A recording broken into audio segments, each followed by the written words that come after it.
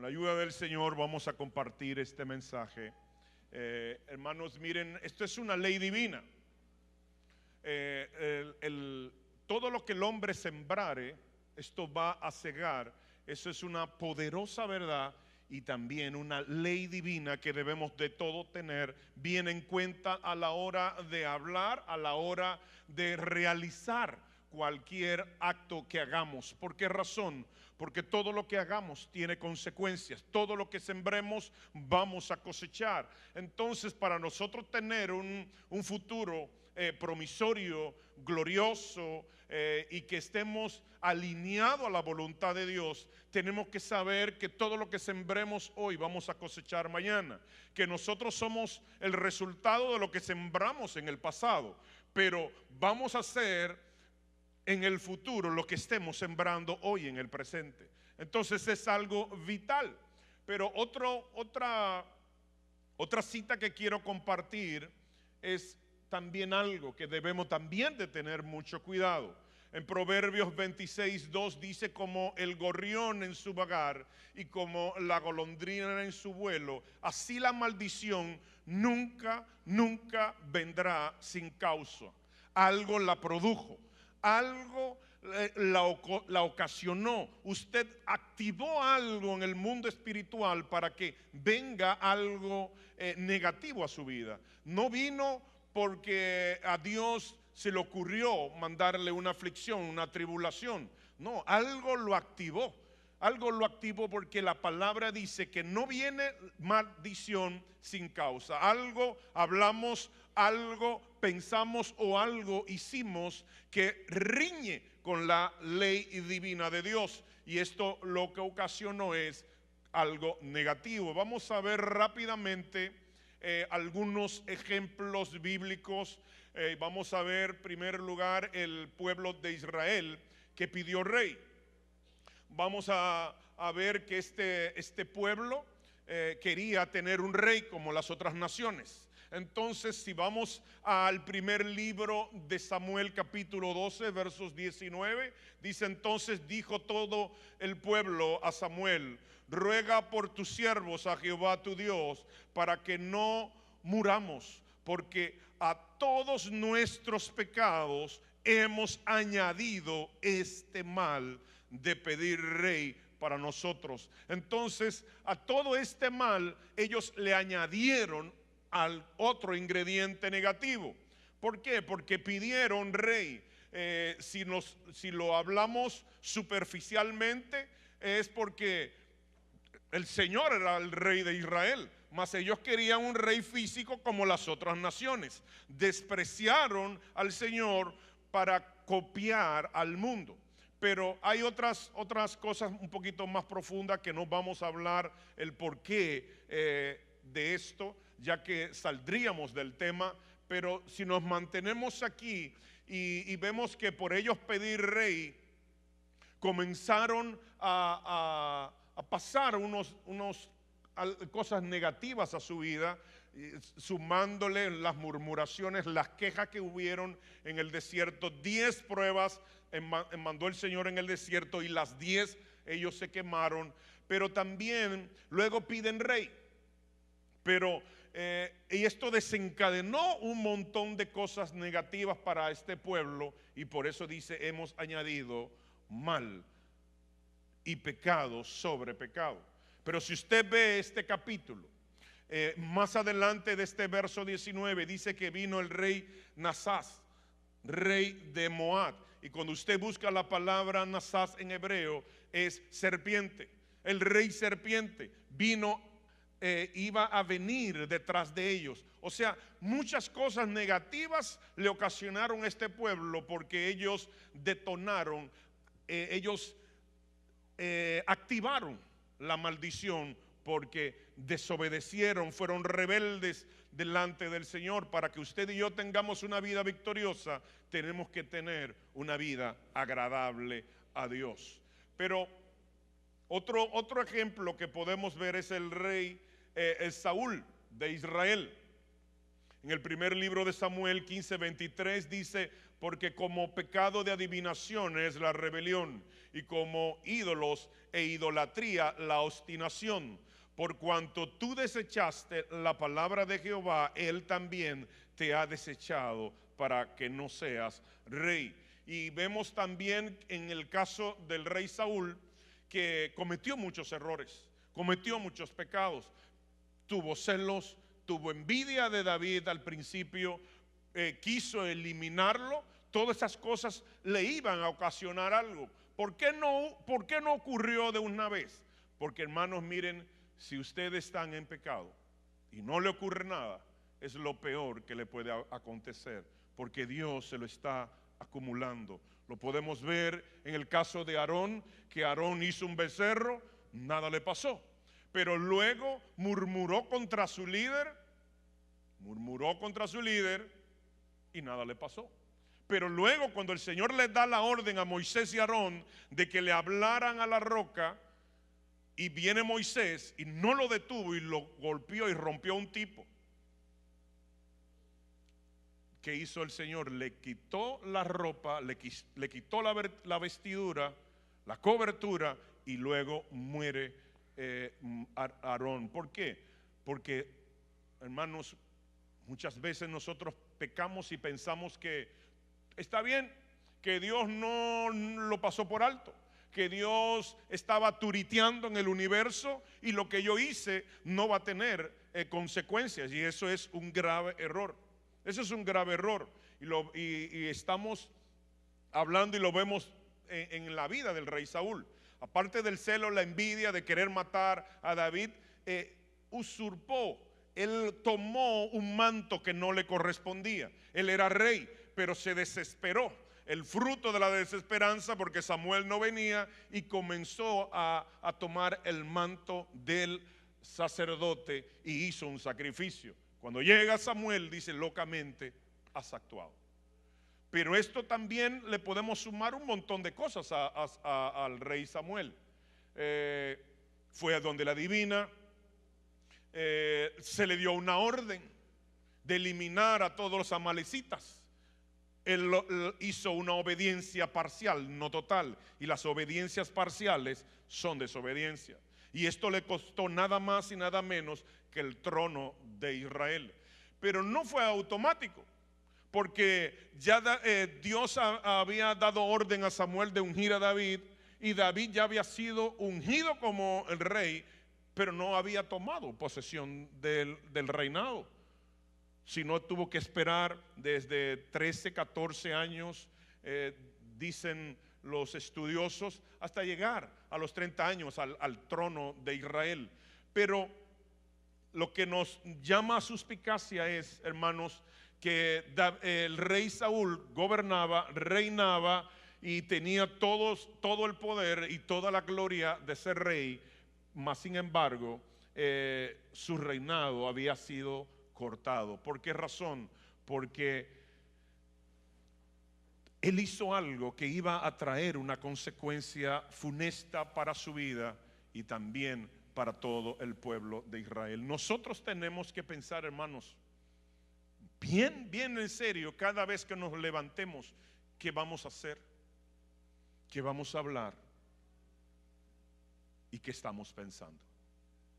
Porque muchas veces accionamos por las emociones, o simplemente porque tenemos un carácter alcacércer y explotamos, somos de mecha corta y creemos que no pasa nada. Sí pasa, aunque no pase en el instante, sí pasa, hermanos, porque usted está dañando su testimonio.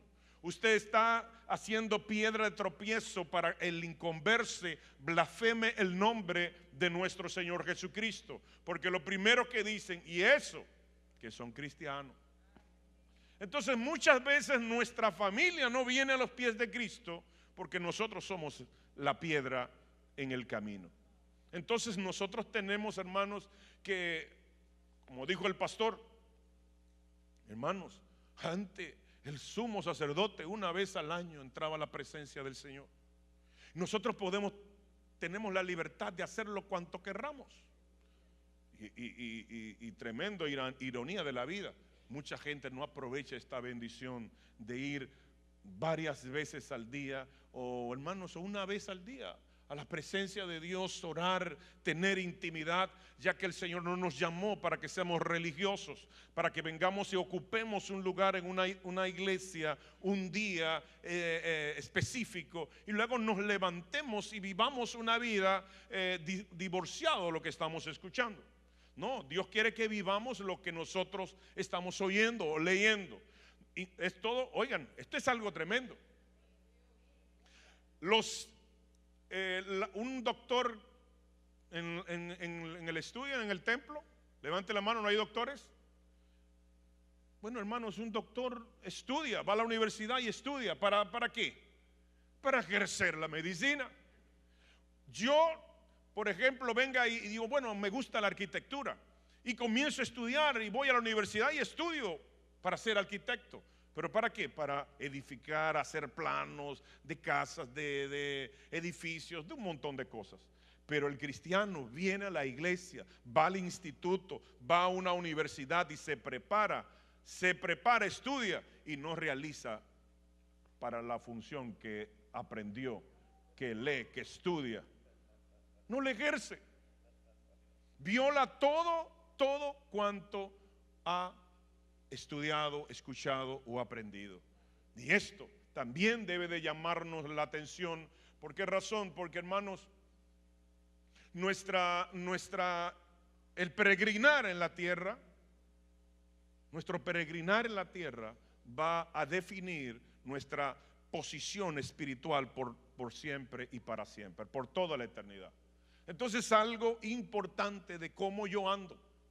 No es lo mismo que la roca anduviera detrás del pueblo de Israel que Enoc, que anduvo con el Señor. Son dos cosas diferentes. Porque no es lo mismo una negra encinta que una cinta negra. El orden sí va a alterar, sí va a cambiar las cosas. La roca seguía al pueblo de Israel por la misericordia. Pero Enoc caminó con Dios en obediencia. Y por esa obediencia fue trasladado. Su cuerpo no vio corrupción. Gloria al Señor. Pero algo, hermanos, que muchos pasan por alto, es que creemos que vamos para el cielo y que todos vamos a gobernar y que todos reinaremos. Y, hermanos, nosotros tenemos que pensar lo siguiente. El patriarca Abraham tuvo 3 descendencias. Las escrituras nos hablan de 3 descendencias. La descendencia como el polvo de la tierra, la descendencia como la arena del mar y la descendencia como las estrellas. No es que están hablando de la misma descendencia, sino que están hablando de 3 grupos de personas. Hay muchas triadas en todas las escrituras, pero si nos quedamos con estas 3 descendencias, vemos que el apóstol Pablo en 1 Corintios capítulo 15 dice que una es que tendremos cuerpo terrenal y cuerpo celestial, 2 cuerpos diferentes. El cuerpo terrenal, cuerpos, la descendencia de la arena. Cuerpo celestial, la descendencia de las estrellas. ¿Dónde están las estrellas? En la tierra, arriba. Pero la descendencia del polvo, yo le voy a hacer una pregunta. En el Génesis, en el capítulo 3, ¿qué dice el Señor? ¿Quién iba a ser el alimento de la serpiente? El polvo. ¿Y las serpientes comen polvo? ¿La serpiente come polvo? No, la serpiente no come polvo. Entonces no es literal, es una enseñanza que nos está hablando la palabra de que lo que somos polvo y no somos ni arena ni estrella, vamos a ser los alimentos. O vamos a hacer, no, me voy a sacar de este grupo. Van a ser los alimentos de la serpiente. Hermanos que violan todo lo que saben y creen que no hay consecuencias. Sí, todo lo que hacemos trae consecuencias. Por eso tenemos que, hermanos, día a día, estar atentos de nosotros mismos. No del diablo, no de los demonios, porque el apóstol Pablo le dijo a su hijo en la fe, a Timoteo, dos cosas tiene que cuidarte: cuídate de ti mismo y cuídate de la doctrina.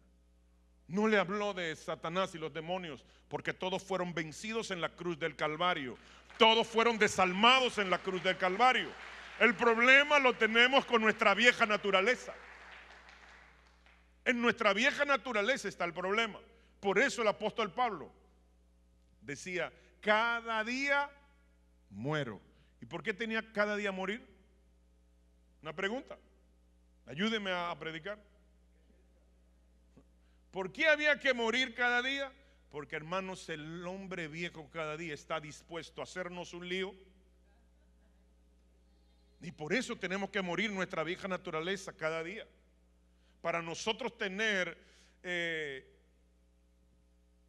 una eternidad promisoria. Vamos a ver ¿cuántos saben lo de la historia de José? El soñador. Los sueños de José todos se cumplieron, ¿sí o no? Sí. Pero uno le dijo él a su padre y a sus hermanos: papi, mira, y hermanitos, anoche tuve un sueño. Me soñé con un sol, una luna y 11 estrellas, y todos se inclinaron delante de mí. Y Jacob, bien pilas, entendió y dijo: ¿acaso tu madre, tus hermanos y yo nos vamos a inclinar a ti? Y lo reprendió, no le agradó la idea. Pero muchos piensan: bueno, eso se cumplió cuando José fue el segundo en Faraón. Vinieron sus hermanos, se inclinaron delante de él y luego buscaron a su padre. Pero no. ¿Y la luna? La luna era su madre. Entonces ese sueño no era terrenal, ese sueño era celestial. Ese sueño se iba a cumplir después. En la eternidad José iba a tener una estatura más alta que su padre, su madre y sus 11 hermanos. Si la Biblia así lo dice, y yo creo en la Biblia, aunque sea la palabra de Dios veraz y todo hombre mentiroso. La Biblia es infalible. Entonces tenemos que ver cómo estamos caminando, tenemos que ver cómo estamos pisando. Pero vamos a ver otro personaje, el rey David, muy conocido. Por eso lo pusimos en el segundo libro de Samuel, el capítulo 12, versos del 7 al 10, dice lo siguiente: entonces dijo Natán a David: tú eres aquel hombre. Así ha dicho Jehová, Dios de Israel: te ungí por rey sobre Israel y te libré de la mano de Saúl, y te di la casa de tu señor y las mujeres de tu señor en tu seno. Además, te di la casa de Israel y de Judá.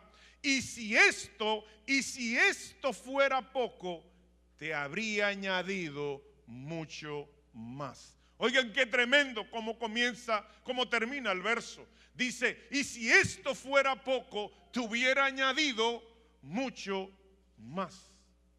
¿Usted sabe lo que quiere decir eso?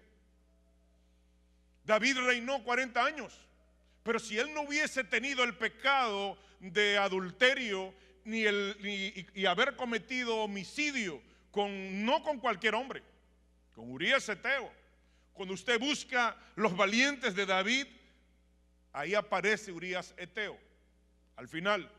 Pero porque sea al final, no crea que era lo más pequeño, porque la Biblia dice que los últimos serán los primeros. Entonces mató a un hombre fiel, a un hombre leal, que en varias ocasiones David quiso que él tuviera intimidad con su esposa. Mas él, por ser fiel al rey, dijo: no me voy. Y luego le prepara un banquete, lo embriaga, a ver si así se va. Y ni así se fue, hermanos. Tremenda la lealtad de este hombre. Y este acto de adulterio y de homicidio le costó a David que el reinado de él fuera cortado. Te hubiera añadido mucho más. Más terreno, más reinado, más gloria. Pero no solo eso, sino que el primer hijo que tuvo con Betsabé, el fruto del adulterio, murió. Pero no solo eso, sino que Amnón, hijo de David, viola a su media hermana Tamar. Pero no solo eso, sino que viene Absalón y mata a Amnón. Pero no solo eso, Absalón se rebela contra su padre y asciende al trono. Pero no solo eso, sino que viene Adonías luego y repite la historia de Absalón. La espada nunca se apartó de la casa de David. ¿Por qué? ¿Por qué? Sencillo, cometió adulterio y cometió homicidio. Porque todo lo que hacemos tiene consecuencias. Todo lo que hacemos, hermanos, tiene consecuencias. Usted, así tranquilito, que cree que esto podemos hacer de todo y que la gracia es licencia y que podemos hacer lo que nosotros querramos, y como el pastor no me vio y como ningún líder está cerca y como estoy en otro estado, hermanos, lo está viendo el que tiene que verlo, y es el Señor, que es omnisciente, omnipresente.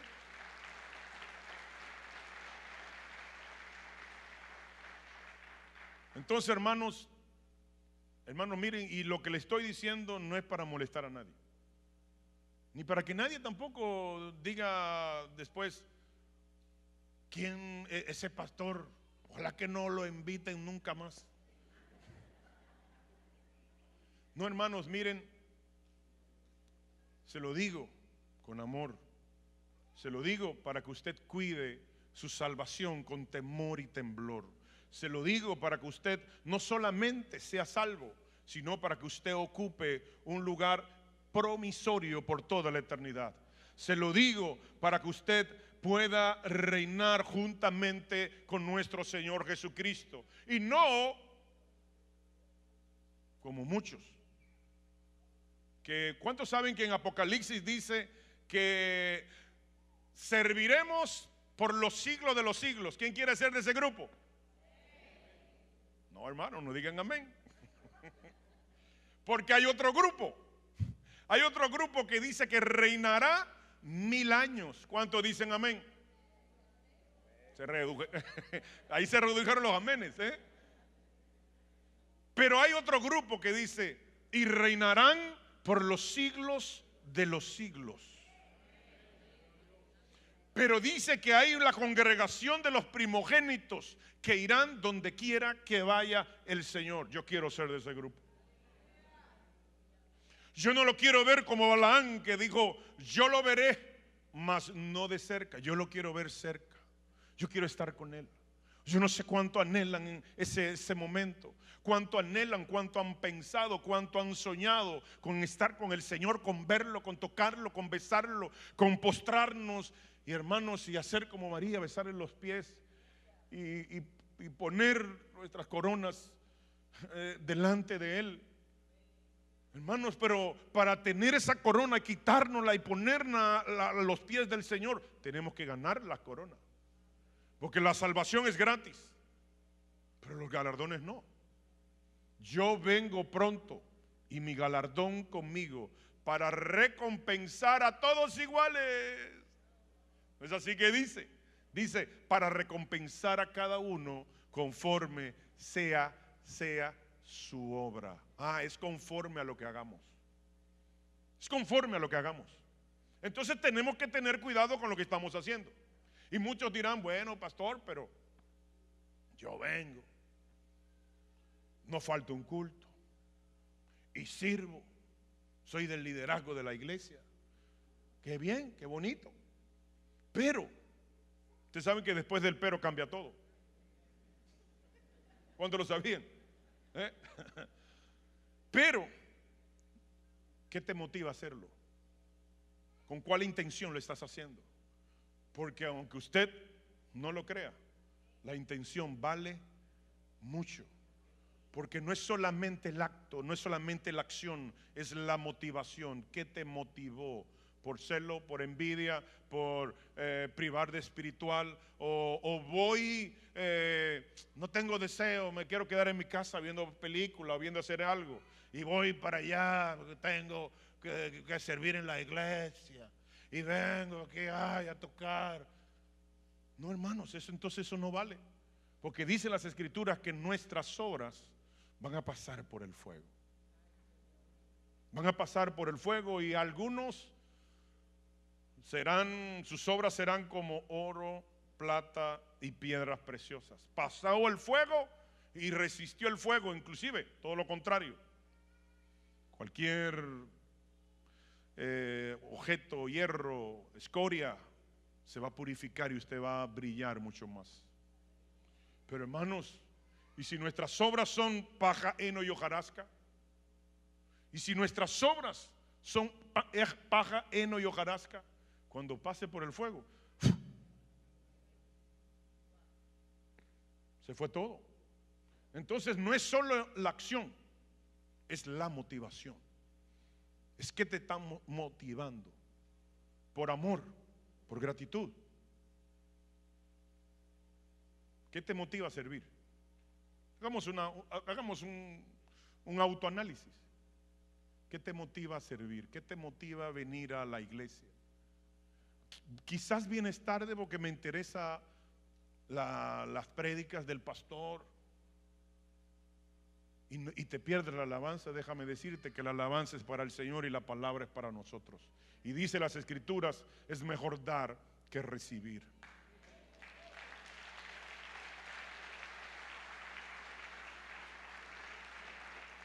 Pero no eso. Dice Proverbios, no lo digo yo. Cualquier queja se quejan con el proverbista. Proverbios dice que como tal piensas, tal eres. Entonces el mejor texto para usted saber su nivel espiritual es: ¿en qué pienso con más frecuencia en el día a día?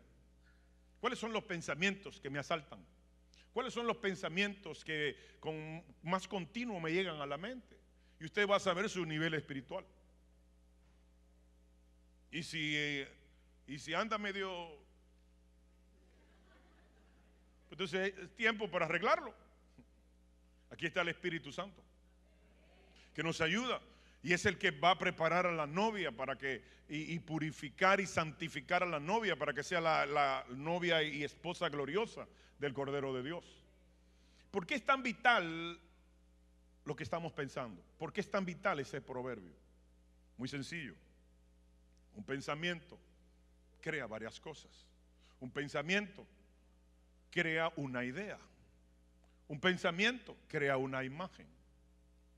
Pero un pensamiento puede provocar en nosotros un montón de emociones y sensaciones.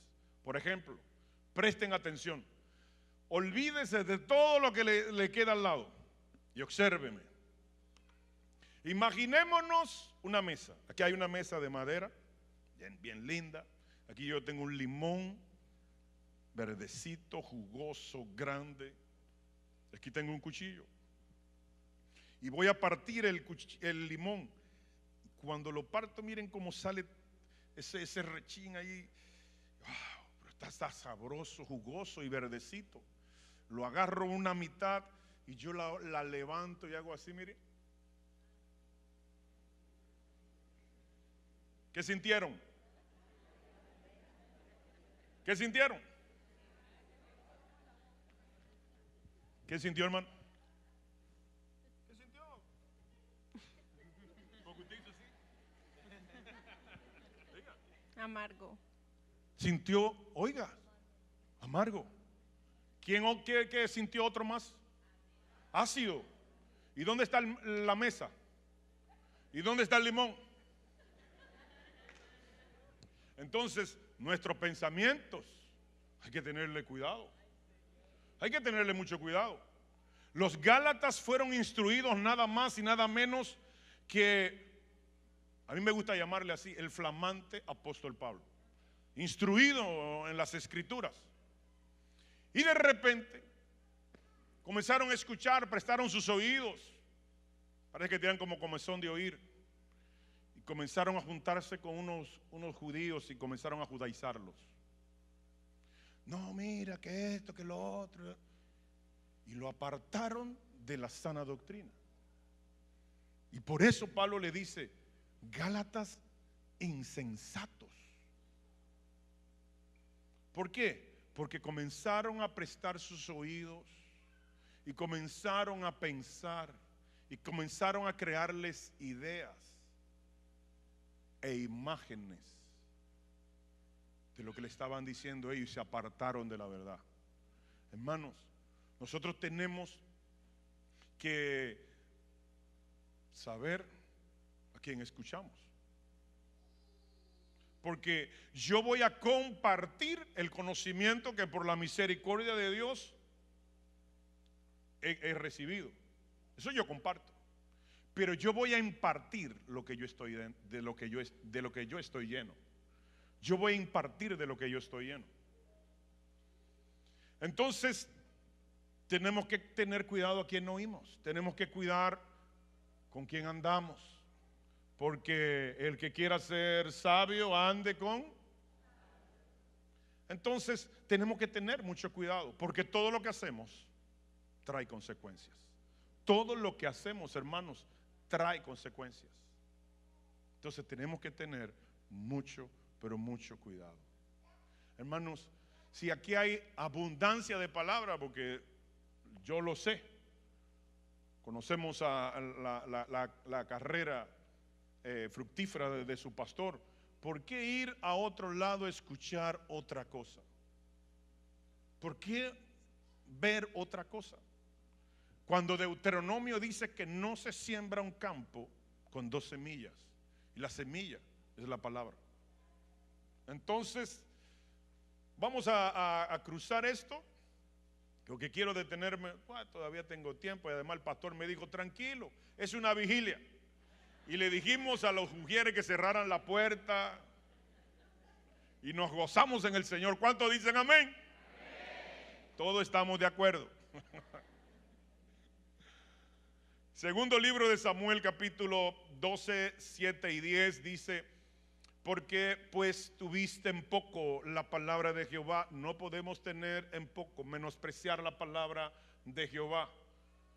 Hermanos, esto también trae consecuencias. El instituto, nosotros tenemos un instituto bíblico en la congregación que por la misericordia del Señor estamos dirigiendo mi esposa y un servidor. Y el eslogan del instituto es Oseas 4:6. Si yo le preguntara a alguien aquí ¿qué dice Oseas 4:6? Me dice, miren qué lindo, lo dijo el varón, mi pueblo perece porque le faltó conocimiento. Y otras versiones lo dicen diferente, pero al final es lo mismo. Pero el verso no termina ahí. El verso no termina ahí. El verso dice, por cuanto desechaste la palabra de Jehová, las consecuencias, yo te desecharé del sacerdocio. Pero no se queda ahí el verso. El verso dice, por cuanto olvidaste la ley de Jehová, yo me olvidaré de tus hijos. Entonces las metidas de patas que yo dé no se quedan conmigo. Van a ser herencia espiritual de mis hijos, de mis nietos, de bisnietos y de mis tataranietos. Entonces, ¿cuál será la herencia que usted y yo le estamos dejando a nuestros hijos? Al que nosotros decimos que amamos y trabajamos y nos esforzamos por ellos, porque lo amamos. ¿Cuál será la herencia? ¿Bendición o maldición? Porque, hermanos, David dejó como herencia bendición. Si usted lee Primera de Crónicas 17, no recuerdo el verso, pero usted lee el capítulo, dice que iba a tener misericordia de su hijo y no con el que le antecedió a David. O sea, el rey Saúl fue juzgado sin justicia, sin misericordia, mas Salomón sí. Y dice que él iba a reinar por la eternidad. El rey Saúl no. ¿Por qué? Porque Santiago dice que la misericordia triunfa sobre todo juicio. Y si hablamos un poquito de la ilustración de la reflexión del pastor al principio, que habló del propiciatorio, otro nombre que llevaba el propiciatorio era el asiento de la misericordia. El asiento de la misericordia estaba encima del arca, y dentro del arca habían 3 objetos: la vara de Aarón, el maná escondido, pero la ley. ¿Y qué significa que el asiento de la misericordia esté encima de la palabra, de la ley, de los 10 mandamientos? Eso hable con su pastor y él se lo aclarará. 10, por lo cual ahora no se apartará jamás de tu casa la espada, o sea, el juicio, por cuanto menospreciaste y tomaste la mujer de Urías Eteo para que fuese tu mujer. Las consecuencias de David. Y Moisés también tuvo consecuencias. Yo voy a ir bien rápido porque me quiero detener en algo que es bien práctico y que el enemigo muchas veces mal emplea, y otros como que le agrada a eso. Entonces voy a ir bien rápido. En Números 20 del 7 al 12, aquí habla de el Señor que le manda a hablar a la peña, y vino Moisés y no le habló, sino que la golpeó. Entonces, si usted lo ve en su casa detalladamente, y esto lo que ocasionó en la vida de Moisés fue que no iba a entrar en la tierra prometida. Oiga, le dijo el Señor: háblale a la peña, y él entró a palo. Pero las consecuencias fue no entrar en la tierra prometida. La verás de lejos.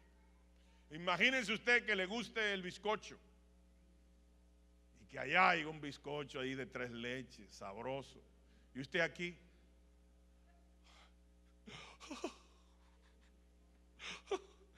tremendo. Y eso fue por golpear la peña, cuando se le dijo: háblale, háblale. Entonces vamos a pasar esto rápido.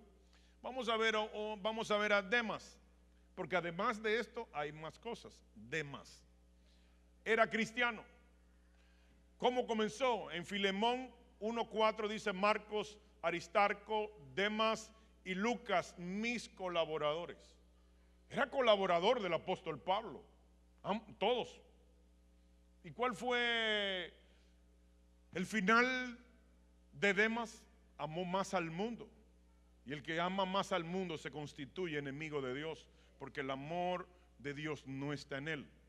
Entonces, las consecuencias de usted amar al mundo, y el mundo no es el mundo, la bolita que usted ve en las fotos, sino el sistema que opera en esta tierra. Si usted ama más eso que las cosas de Dios, las consecuencias serán las siguientes. Segunda de Timoteo 4:10: porque Demas me ha desamparado amando este mundo, y se ha ido a Tesalónica, Gresete, y fue a Galacia, y Tito a Dalmacia. Se apartó del camino del Señor. Estas fueron las consecuencias.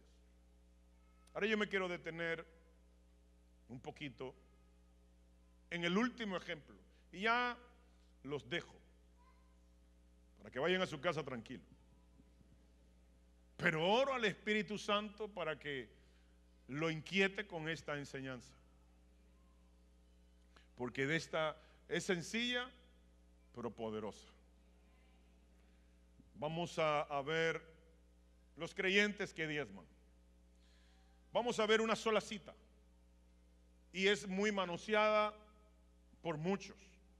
Malaquías 3 del 10 al 12: traed todos los diezmos al alfolí, y hallad alimento en mi casa, y probadme ahora en esto, dice Jehová de los ejércitos, si no os abriré las ventanas de los cielos y derramaré sobre vosotros bendición hasta que sobreabunde. Dice el verso 11: reprenderé también por vosotros al devorador, y no os destruirá el fruto de la tierra, ni vuestra vid en el campo será estéril, dice Jehová de los ejércitos. ¿A quién firma? Jehová de los ejércitos.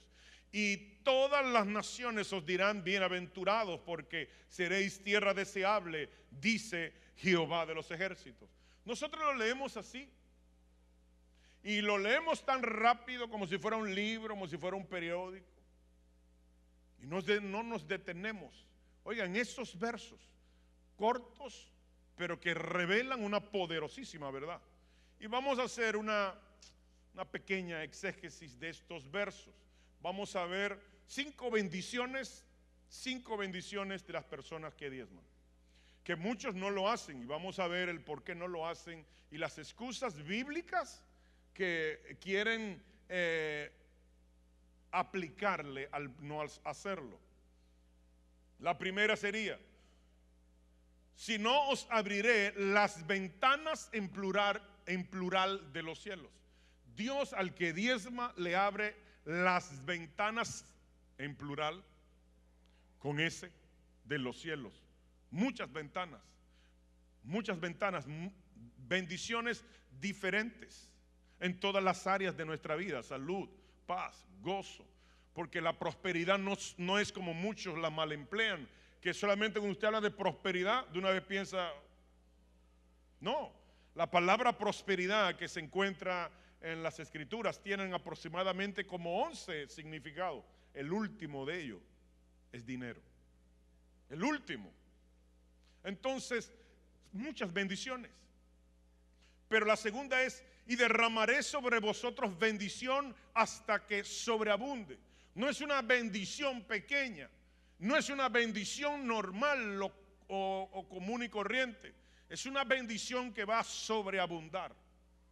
Oiga, ¿cuánto le gustaría esa bendición? Que no es una bendición, sino que sobreabunde. Va a dar más de lo que es necesario. Así como Moisés le dijo al pueblo: ya, deténganse, no me traigan más oro, que ya tenemos de todo para hacer el tabernáculo. Es una bendición así, a esa magnitud. Dice el 3: reprenderé también por vosotros al devorador. Va a reprender al devorador. El devorador vino a devorar, a destruir. ¿El qué? Todo.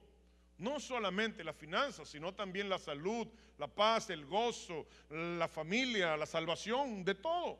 Póngale usted muchísimas otras cosas más. Cuarta: y no os destruirá el fruto de la tierra. Tu labor, tu trabajo va a ser, se le va a levantar un vallado de protección, murallas que los van a cuidar. Y dice: ni vuestra vid en el campo será estéril, tu trabajo será fructífero. ¿Y por qué es tan importante que nosotros seamos fructíferos? Porque en Juan capítulo 15 dice que debemos de no solamente dar fruto, sino mucho fruto. Y no solamente mucho fruto, sino fruto en abundancia. Y no solamente mucho fruto y fruto en abundancia, sino fruto que permanezca. Y la palabra permanecer se repite 11 veces en ese capítulo. Y cuando una palabra se repite 2 veces es importante. Y cuando se repiten 3, y cuando se repiten 4, y en esa ocasión que se repiten 11, léalo y calcúlelo.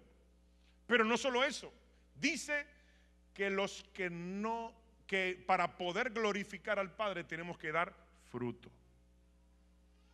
Y los que no dan fruto serán echados al fuego que arde. ¿Usted sabe cuál es el lugar? Bueno, usted lo dijo, hermana, yo no. ¿Ah? Entonces, esto es vital. Y esto lo logramos haciendo este acto. Y no lo digo yo, lo dijo Malaquías. Cualquier queja se quejan con Malaquías en el cielo o en oración, como usted considere. 5. Y todas las naciones os dirán bienaventurados. Bienaventurados 3 veces dichoso, en espíritu, en alma y en cuerpo. Porque seréis tierra deseable, dice Jehová de los ejércitos. Entonces, qué lindo. Este es el lado positivo. Pero lo que no lo hacen, ¿Cuáles serán las consecuencias? Vamos a verla. Vamos a repetir las 5, pero contrario, para que usted pueda, así lo podemos entender mucho mejor. No se le va a abrir las ventanas de los cielos. Las ventanas estarán cerradas. No va a haber bendición. Pero muchos dicen, no, varón, es que el diezmo es de la ley y estamos en la gracia. No vivimos ya en la ley. No. El diezmo no es de la ley. Hágase, mire con el dedito, el diezmo no es de la ley. El primero que diezmó fue Abraham, 430 años antes de que llegara la ley. Entonces la ley, el diezmo no es de la ley, porque no es, el diezmo no es algo impuesto, no sale de la cartera. El diezmo sale del corazón. El diezmo sale de un corazón agradecido.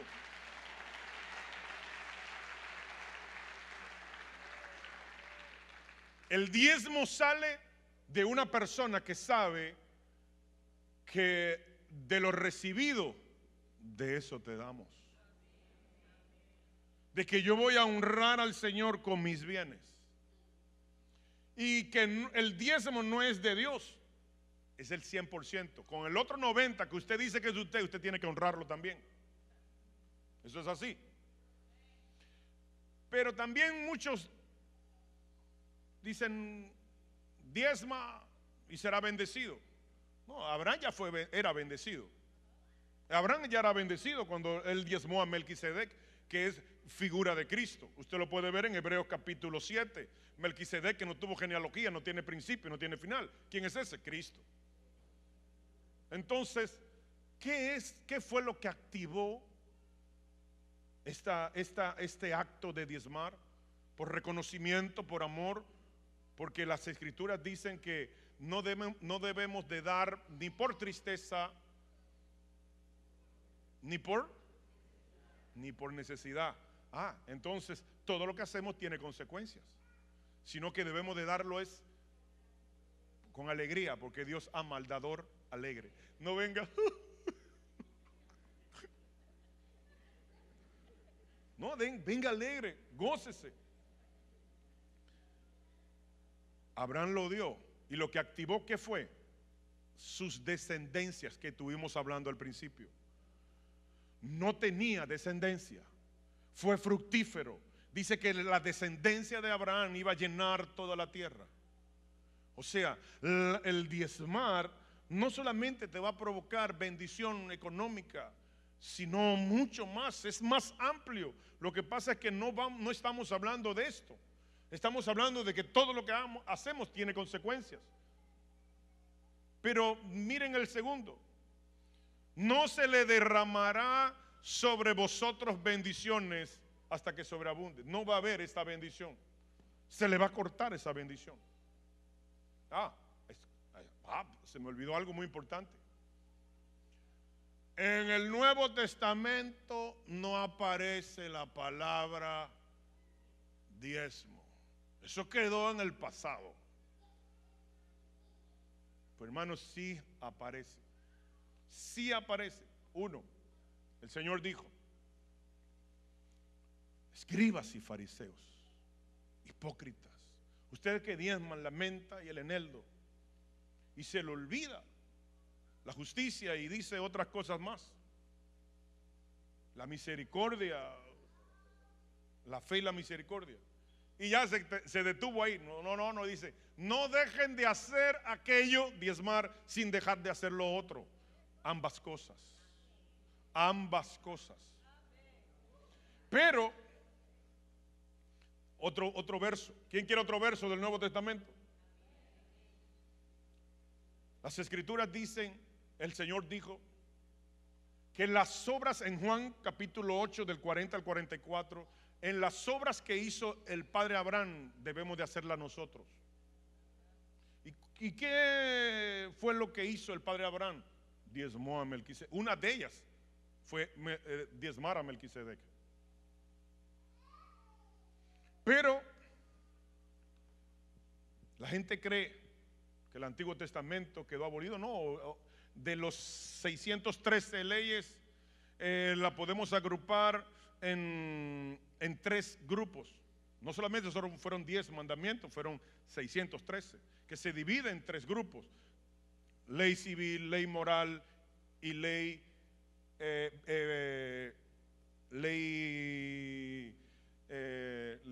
casarse, ley civil, ley moral y ley de los sacrificios y de los ritos. Entonces, las que quedaron abolidas fueron los sacrificios y los ritos. Pero la ley moral sigue vigente y gobierna todas las naciones del mundo. Y la ley civil también. Usted no se puede juntar sin casarse. Usted tiene que ir y casarse. Entonces, las leyes siguen. Pero dice la palabra que las escrituras, escudriñad las escrituras, porque ellas dan testimonio de mí. Pero cuando el Señor dijo eso, el Nuevo Testamento no había sido escrito. Cuando Pablo dijo en Timoteo capítulo 2, en segunda de Timoteo, habla de que toda la escritura es inspirada por Dios. No había sido escrito el Nuevo Testamento. Se estaba refiriendo al Antiguo Testamento. El último libro que se escribió fue el Evangelio de Juan en el año 100. En el año 101 muere el apóstol Juan en Éfeso. No murió en la isla de Patmos. Luego vienen varios concilios, y no vamos a hablar de eso tampoco, y es aproximadamente a mediados del año 300 que se establece ya el canon bíblico del Antiguo y Nuevo Testamento. Entonces no se está refiriendo al Nuevo, se está refiriendo al Antiguo. Entonces tenemos que aprender y a entender lo siguiente: las escrituras no las mandan solamente a leerlas, sino a escudriñarlas. Entonces esto sigue vigente. 3.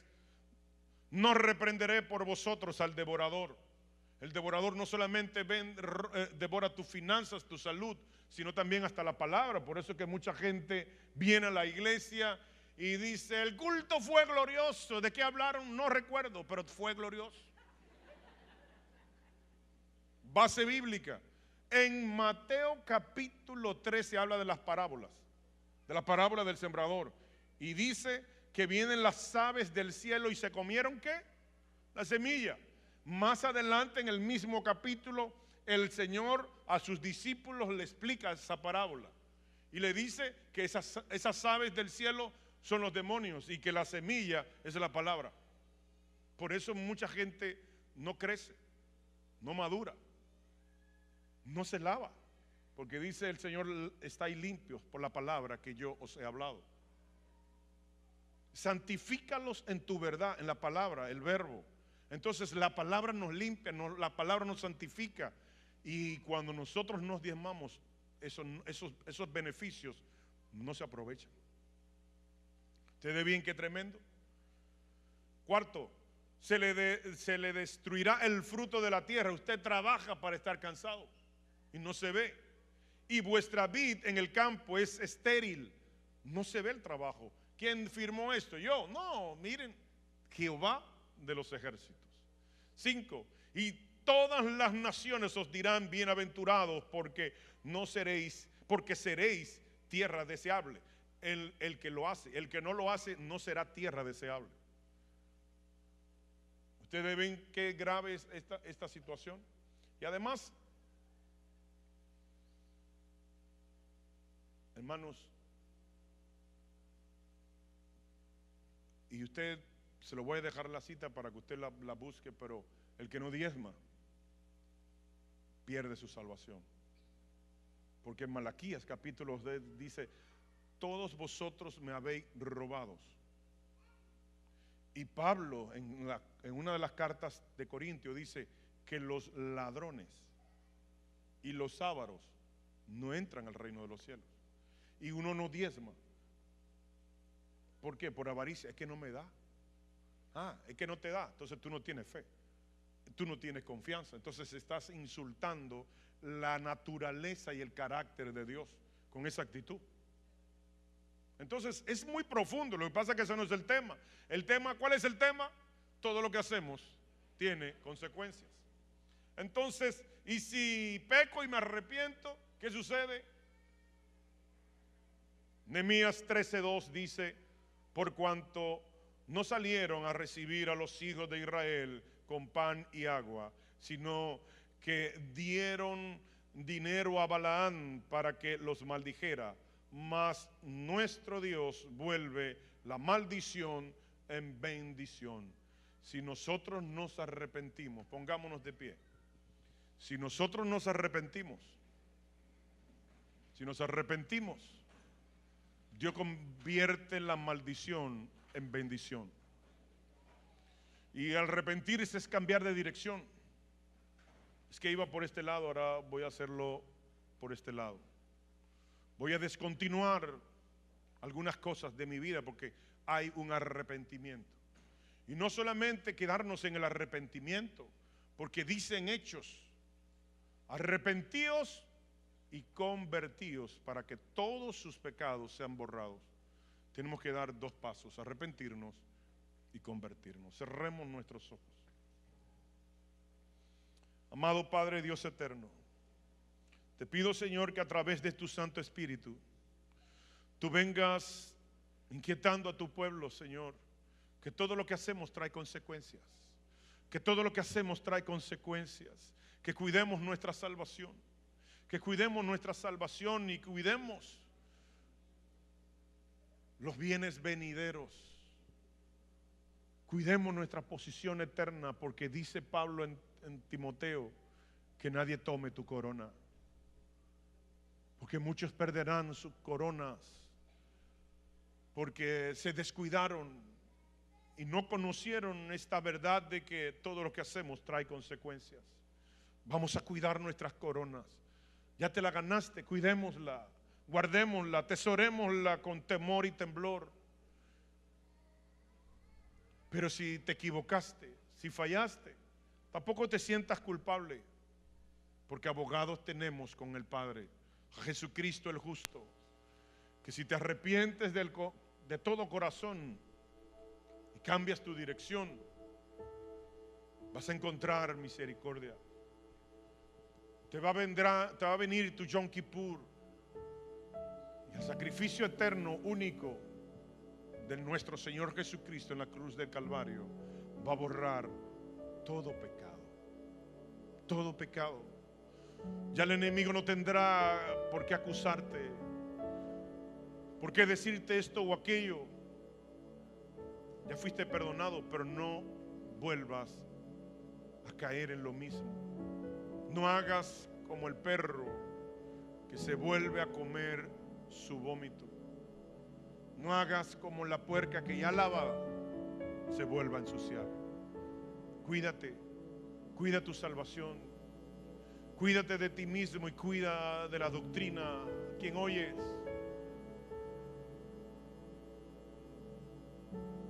Y tendrás una eternidad gloriosa. Yo te bendigo, iglesia, para que desde ahora en adelante todo lo que tú hagas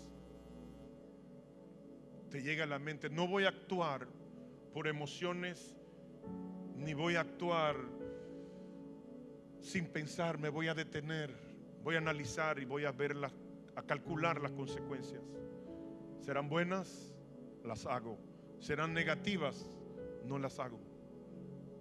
Reflexiona, medita antes de hacer las cosas, y te va a ir bien en esta tierra y te va a ir bien por toda la eternidad. Te bendigo para que así sea. Te bendigo para que valores el depósito más caro, más glorioso que puede existir, y es el bendito Espíritu Santo en nuestra vida. Es a Jesús que está en nuestros corazones. Cuídalo, cuídalo. En el nombre de Jesús. Amén y amén.